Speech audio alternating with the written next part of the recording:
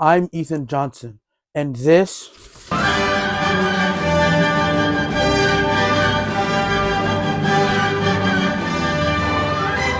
is Comics for Christ.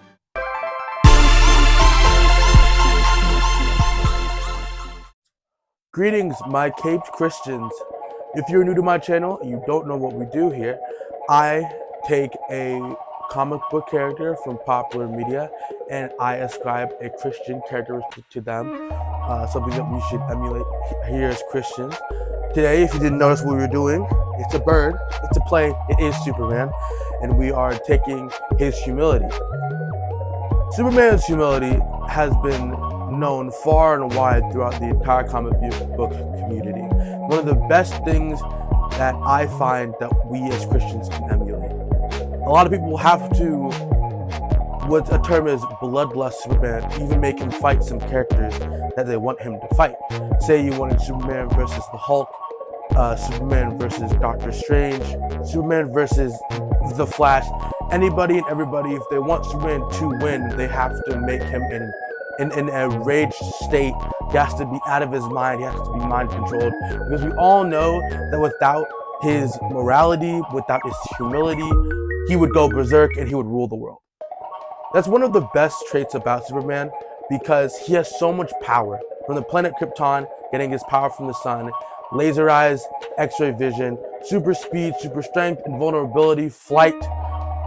Everything about Superman just makes him overpowered in general. He's one of the most powerful characters to ever be created, one of the first superheroes to ever be created, being able to stop a speeding bullet, to outrun a speeding train, to jump over a building in a single bound. Superman has all the characteristics of an amazing hero, which is what makes him so appealing. Because although he has all this power, he has all this great responsibility. And with all this great responsibility comes great humility. Us as Christians should be the same way. The Lord has given a lot of us talents or superpowers. He has given us the ability to do some things that other people could never even dream of doing. No, he hasn't given someone the ability to not be seen by anybody. He doesn't give us the ability to stretch our arms as far as we can possibly go. No, he's given us the spirit of joy, as some people would have the spirit of fear. He's given us the spirit of courage, and other people would have the spirit of cowardice. He's given us the spirit of communication, when people would otherwise not be able to talk at all. The Lord has given all of us superpowers that we could use for our own benefit.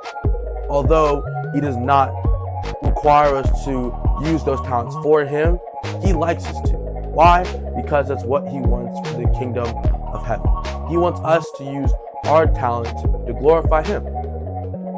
We could use a little humility nowadays, a little humbling of our own spirit. And if we don't humble ourselves, the Lord will. And I would way rather have myself be humbled than have the Lord humble myself. Has anyone been trying to be the smartest person in the room? There's always someone else smarter, and then you're proven that you're not the smartest person in the room, and then you get humbled for it? Yes, that is the exact same kind of humbling the Lord will do to us. Because people who have a stiff neck or are very prideful will fall very instantly. There are many aspects of Superman that we could pull. His humility is one of the best and one of the most well-known attributes that he has. Because no matter what kind of job he has to get done, whether it's saving a cat out of a tree or destroying Brainiac's ship before it is able to reach Earth, they can range so far, yet still everyone knows Superman is willing to do anything for the planet Earth. Even the one day that he took off,